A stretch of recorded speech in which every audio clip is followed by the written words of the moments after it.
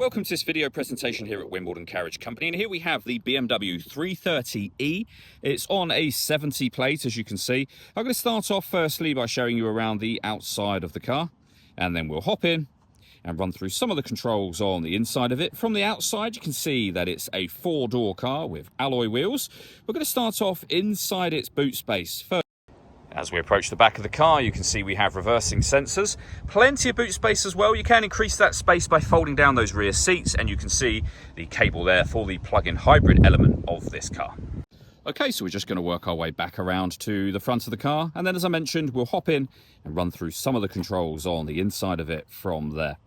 Now that we've done a full circle though, you can see firstly the alloy wheels are all in pristine condition, as is the bodywork the entire way around the car.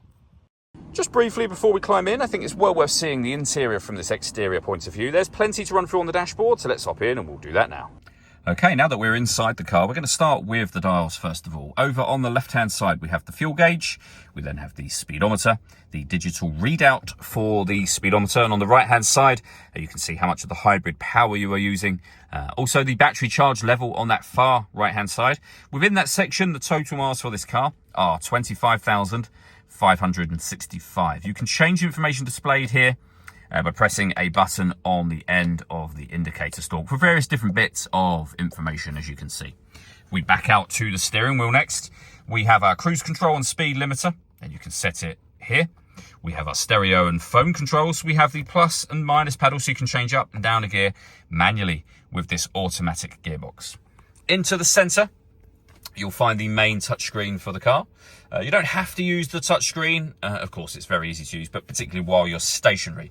Whilst driving along, you've got the iDrive system, which is this dial just here. The buttons that surround it will take you into those menus, but the dial can do basically everything because it rotates, it pushes down. It also moves up, down, left, and right as well, which will become useful within certain menus.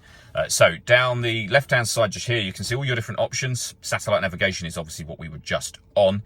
Media is where you'll access your music. So we have AM, FM, and DAB radio, Bluetooth audio, screen mirroring, so you can pair up certain BMW-friendly apps and have them up on there.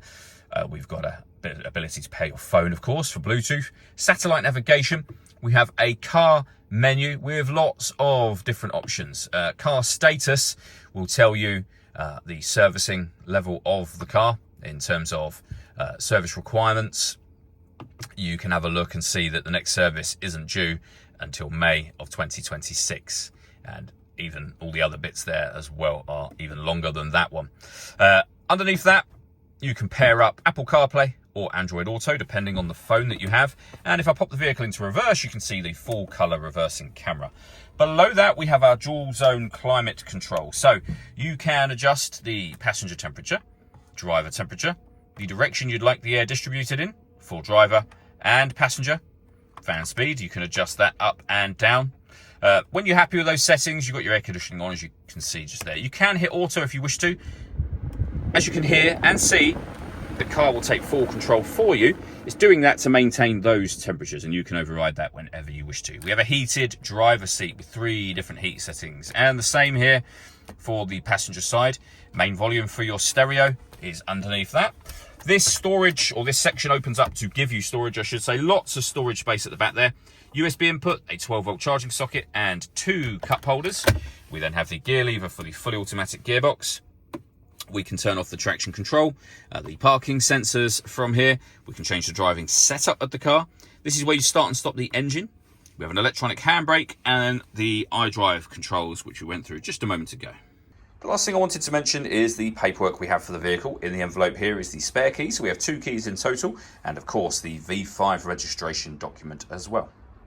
All that leaves me to say is thank you for taking the time to watch this video. If you'd like to come and see the car for yourself and have a test drive, or you'd like a live bespoke video tour, please feel free to give us a call here at Wimbledon Carriage Company. We'd love to hear from you.